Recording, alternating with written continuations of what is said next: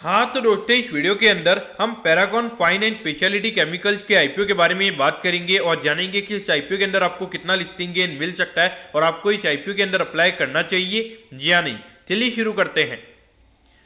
तो देखिए, सबसे पहले हम ये जानेंगे कि ये कंपनी क्या काम करती है। तो देखिए, जो कंपनी है 2004 में ये कंपनी स्टार्ट हुई है, यानी कि लगभग 18 से 19 साल ये कंपनी को स्टार्ट हुए हो चुके हैं। तो देखिए, जो कंपनी के अगर हम मेन काम की अगर हम बात करेंगे तो देखिए, जो फार्मा के जो इंटरमीडिएट्स होते हैं वो ये कंपनी हमें यहाँ पे बनाती हुई नजर आती है। अगर हम कंपनी के प्रोडक्ट पोर्टफोलियो की अगर हम बात करेंगे तो देखिए, फार्मा के इंटरमीडिएट्स हो गए, फिर एग्रो इंटरमीडिएट्स हो गए, कॉस्मेटिक इंटरमीडिएट्स हो गए, फिर पिगमेंट इंटरमीडिएट्स हो गए, और जो डाई से रिलेटेड जो भी इंटरमीडिएट्स होते हैं वो ये कंपनी बनाने का हमें यहाँ पे काम करती हुई नजर आती है। यहाँ पर अगर हम देखेंगे तो यहाँ पे अगर कंपनी की अगर हम जो प्रोडक्ट की डिमांड है वो हमें तभी यहाँ पे डिमांड यहाँ पे अराइज होती हुई नजर आएगी अगर एग्रोकेमिकल की इंडस्ट्री हो या फिर कॉस्मेटिक की इंडस्ट्री हो या फिर फार्मा इंडस्ट्री हो, अगर इनमें हमें ग्रोथ आती हुई नजर आएगी तभी हमें कंपनी के जो प्रोडक्ट की डिमांड है वो हमें यहाँ पे अराइज होती हुई नजर आएगी। तो अभी अगर हम देखेंगे तो इसमें अगर हम देखेंगे जो कॉस्मेटिक वाला सेक्टर है वो ओवरऑल अभी ओके यहाँ पे हमें चलता हुआ नजर आ रहा है। और उसके अलावा अगर हम फार्मा सेक्टर की अगर हम बात करेंगे तो फार्मा सेक्टर भी हमें यहाँ पे ओवरऑल अच्छा चलता हुआ नजर आ रहा है। लेकिन अगर हम एग्रोकेमिकल वाले सेक्टर की अगर हम बात करेंगे तो वहाँ पे हमें थोड़ी दिक्कतें देखने को मिल रही है। तो इस पॉइंट ऑफ व्यू से देखा जाए तो अभी लगभग 5 से 6 महीने यानी कि आने वाले 1 से 2 क्वार्टर में हो सकता है कि कंपनी के अंदर ज्यादा ग्रोथ हमें देखने को यहाँ पे नहीं मिले। अब अगर हम यहाँ पे कंपनी के मैन्युफैक्चरिंग यूनिट की अगर हम बात करेंगे तो देखिए, अहमदाबाद गुजरात के नाम यहाँ पे कंपनी का मैन्युफैक्चरिंग यूनिट नजर आता है। और जिसके अगर हम टोटल एरिया की अगर हम बात करेंगे तो 7000 स्क्वायर मीटर्स के टोटल एरिया में यहाँ पे जो कंपनी का फैक्ट्री है वो हमें यहाँ पे बना हुआ यहाँ पे नजर आता है। अब अगर हम यहाँ पे कंपनी के टोटल प्रोडक्ट पोर्टफोलियो की अगर हम बात करेंगे, अराउंड 140 प्रोडक्ट्स ये कंपनी हमें यहाँ पे डेवलप करती हुई नजर आती है, यानी कि लगभग पूरे साल में लगभग इतने प्रोडक्ट्स ये कंपनी हमें बनाती हुई नजर आ रही है। और अगर हम कंपनी के R&D टीम की अगर हम बात करेंगे, यहाँ पे 14 टेक्नोक्रेट्स हमें यहाँ पे नजर आते हैं। तो डेफिनेटली देखा जाए तो यहाँ पे R&D टीम है वो लगातार जो नए नए प्रोडक्ट्स होते हैं जो आने वाले टाइम पे काफी ज्यादा यूजफुल हो सकते हैं, तो वो यहाँ पे ये वो प्रोडक्ट बनाने का हमें यहाँ पे काम करते हुए नजर आते हैं। अब अगर हम यहाँ पे ऑब्जेक्टिव की अगर हम बात करेंगे, यानी कि जो आईपीओ से कंपनी को पैसा मिलने वाला है उसे कंपनी कैसे यूटिलाइज करेगी, तो देखिए यहाँ पर जो कंपनी का जो अभी करंटली जो उनका फैक्ट्री है तो वहाँ पे कंपनी को कुछ सिविल कंस्ट्रक्शन का जो वर्क है वो वहाँ पे कंपनी को करवाना है, तो उससे रिगार्डिंग यहाँ पे कंपनी का आईपीओ में आता हुआ नजर आ रहा है। और उसके अलावा अगर हम बात करेंगे तो यहाँ पे जो कंपनी की जो बोरिंग्स है, यानी कि जो लोन्स वगैरह कंपनी ने लिए हुए हैं तो उससे कंपनी को यहाँ पे रीपे करना है, तो उससे रिगार्डिंग यहाँ पे जो है वो कंपनी का आईपीओ में आता हुआ नजर आ रहा है। और अगर हम देखेंगे जो करंट इनका फैक्ट्री है तो वहाँ पे इनको एडिशनल जो प्लांट एंड मशीनरी होती है, यानी कि जो प्रोडक्ट बनाने के लिए जो प्लांट एंड मशीनरी यूज की जाती है, तो यहाँ पे कंपनी को एडिशनल इंस्टॉलेशन यहाँ पे करना है, तो उससे रिगार्डिंग यहाँ पे कंपनी का आईपीओ में आता हुआ नजर आ रहा है। और बाकी अगर हम बात करेंगे तो जो वर्किंग कैपिटल की रिक्वायरमेंट्स होती है उसके लिए हमें कंपनी का आईपीओ आता हुआ नजर आ रहा है। अब अगर हम यहाँ पे कंपनी के प्रमोटर्स की अगर हम बात करेंगे तो देखिए, डॉक्टर प्रवीण चंद्र जसमत जी हमें यहाँ पे कंपनी के प्रमोटर्स नजर आते हैं। और उसके अलावा किशोर कुमार जी, फिर वल्लभ रतन जी, और उसके अलावा रुतेज वल्लभ भाई सावलिया जी ये हमें कंपनी के प्रमोटर नजर आते हैं। अब अगर हम यहाँ पे कंपनी के फाइनेंशियल्स की अगर हम बात करेंगे तो देखिए, 2021 में लगभग 84 करोड़ के लगभग कंपनी का रेवेन्यू का नंबर था। और अगर हम अभी देखेंगे तो लगभग 105 करोड़ के लगभग का रेवेन्यू का नंबर हमें यहाँ पे नजर आता है, यानी कि पिछले साल के कंपेरिजन में अगर हम देखेंगे तो यहाँ पे ये ज्यादा ग्रोथ का नंबर हमें नजर आता है। लेकिन अगर हमें पिछले 2 साल का अगर हम CAGR टर्म्स में अगर हम बात करेंगे तो लगभग 11-12% के लगभग का ग्रोथ हमें यहाँ पे कंपनी का रेवेन्यू का यहाँ पे CAGR टर्म्स में लास्ट 2 साल का नजर आता है।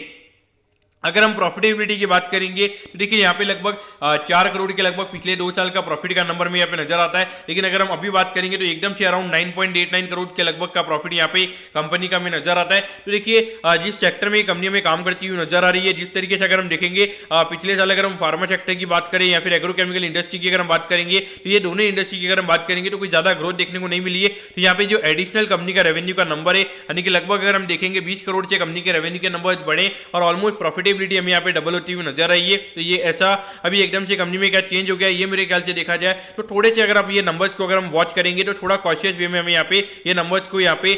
ये देखिए हमें यहाँ पे एनालाइज करना चाहिए। ये मेरा पॉइंट ऑफ व्यू यहाँ पे रहेगा। अब अगर हम यहाँ पे आईपीओ डिटेल्स के बारे में अगर हम बात करेंगे तो देखिए, 26 तारीख को ये आईपीओ में ओपन होता हुआ नजर आएगा और 30 तारीख को ये आईपीओ में क्लोज होता हुआ नजर आएगा। यहाँ पे 100 रुपीज के कट ऑफ प्राइस पे कंपनी हमें शेयर देती हुई नजर आ रही है। एक लॉट के नाम यहाँ पे 1200 शेयर का लॉट हमें यहाँ पे नजर आता है, यानी कि एक लॉट को अप्लाई करने के लिए यहाँ पे 1,20,000 रुपए यहाँ पे लगने वाले हैं। अब अगर हम इश्यू साइज की अगर हम बात करेंगे, अराउंड 51 करोड़ के लगभग का हमें यहाँ पे कंपनी का आईपीओ नजर आता है। पूरा फ्रेश इश्यू है, यानी कि जो पूरा पैसा है वो कंपनी के पास में हमें यहाँ पे जाता हुआ नजर आएगा।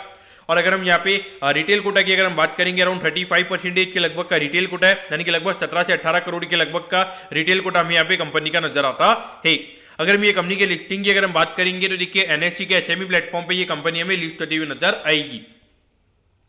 अब अगर हम टाइम टेबल के बारे में अगर हम बात करेंगे तो देखिए 2 तारीख को आपको पता चल जाएगा कि आपको अलॉटमेंट मिला है या नहीं। अगर अलॉटमेंट नहीं मिलता है तो 3 तारीख को आपको रिफंड मिल जाएगा, 6 तारीख को आपके डीमैट अकाउंट में शेयर आ जाएंगे और 7 तारीख को ये कंपनी हमें लिस्ट होती हुई नजर आएगी। यानी कि जब ये आईपीओ में क्लोज होता हुआ नजर आ रहा है उसके ऑलमोस्ट अगर हम देखेंगे तो 1 हफ्ते बाद में ये कंपनी हमें लिस्ट होती हुई नजर आएगी।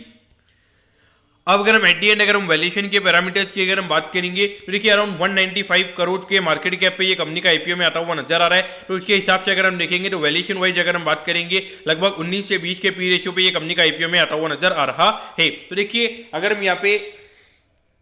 ये जो फाइन और स्पेशलिटी केमिकल से रिलेटेड अगर हम कंपनी की अगर हम बात करेंगे तो ये ओवरऑल सेक्टर में लगभग 15 से 20 के पी रेशियो पे ये कंपनी ये जो पूरा ओवरऑल सेक्टर है ये 15 से 20 के पी रेशियो पे हमें ट्रेड होता हुआ नजर आता है। तो वहां पर अगर हम वैल्यूएशन वाइज अगर हम बात करेंगे तो कोई ज्यादा यहाँ पे कंपनी ने यहाँ पे कोई इतना ज्यादा सस्ता वैल्यूएशन यहाँ पे कंपनी ने नहीं रखा, एकदम एक नॉर्मल काइंड ऑफ वैल्यूएशन पे यहाँ पे ये कंपनी का आईपीओ में आता हुआ नजर आ रहा है। तो वैल्यूएशन वाइज मैं ये नहीं बोलूंगा कि आईपीओ सस्ता है, लेकिन देखिए जब भी यहाँ पे पूरा फ्रेश इश्यू आता है जहाँ पे वर्किंग कैपिटल से रिलेटेड इतना ज्यादा इश्यू नहीं रहता है, कंपनी यहाँ पे हमें बोरिंग्स यहाँ पे रिपे करती हुई नजर आएगी। और उसके अलावा अगर हम देखेंगे तो एडिशनल प्लांट एंड मशीनरी भी यहाँ पे कंपनी बिठाएगी और उसके अलावा थोड़ा कुछ सिविल कंस्ट्रक्शन का काम भी यहाँ पे कंपनी करवाने वाली है। तो इस पॉइंट ऑफ व्यू से देखा जाए तो ये ऐसी चीजें जब होती है तो मेरे ख्याल से मार्केट डेफिनेटली उससे लाइक करता है। तो उस पॉइंट ऑफ व्यू से देखा जाए मेरे ख्याल से अभी इतना ज्यादा नंबर ऑफ आईपीओ भी नहीं है, तो लोगों के पास में अभी काफी ज्यादा पैसा भी पड़ा हुआ है। तो उस पॉइंट ऑफ व्यू से देखा जाए तो मेरे ख्याल से यहाँ पे डिमांड काफी अच्छी हमें देखने को मिलेगी। और मुझे लगता है कि यहाँ पे जब एंकर इन्वेस्टर भी हमें यहाँ पे नजर आता है और उसके अलावा अगर हम देखेंगे तो क्यूआईबी कोटा भी है। तो जब ये होता है तो ज्यादा वहाँ पे लिस्टिंग के दिन में ज्यादा फ्री फ्लोट नहीं आता। तो उस पॉइंट ऑफ व्यू से देखा जाए तो मेरे ख्याल से ये कंपनी जो है हमें लिस्टिंग यानी कि लिस्टिंग एंड पे थोड़ा बहुत हमें लिस्टिंग एंड यहाँ पे मिलता हुआ नजर आएगा, लेकिन मुझे लगता है कि अराउंड 20% के लगभग ये कंपनी हमें लिस्ट होती हुई नजर आ सकती है। उससे ज्यादा मेरे ख्याल से यहाँ पे एक्सपेक्ट नहीं करना चाहिए, क्योंकि अगर हम देखेंगे तो वैल्यूएशन वाइज यहाँ पे लगभग 200 करोड़ का वैल्यूएशन हमें यहाँ पे नजर आता है। और ये कंपनी में अगर हम देखेंगे तो ओवरऑल सेक्टर में इतना अच्छा नजर नहीं आता। तो पॉइंट ऑफ व्यू से देखा जाए जब इतना अच्छा अर्निंग विजिबिलिटी नहीं होता है तो हो सकता है कि वहाँ पे longer term point of view से यहाँ पे ये स्टॉक का डिमांड देखने को नहीं मिले। लेकिन लिस्टिंग के लिए मुझे लगता है कि यहाँ पे थोड़ी डिमांड रहेगी, तो लिस्टिंग के लिए मेरे ख्याल से अप्लाई करना चाहिए, ताकि long term point of view से मेरे ख्याल से यानी कि बाद में मेरे ख्याल से अवॉइड करना यहाँ पे सही रहेगा। तो दोस्तों मैं कहता हूँ कि पैरागॉन फाइन के आईपीओ के बारे में आपको सब कुछ समझ में आ गया होगा। अगर आपकी कोई भी क्वेरीज है आप कमेंट कीजिए, मैं जरूर आपके कमेंट पर रिप्लाई करूंगा। ओके दोस्तों, thank you, have a nice day.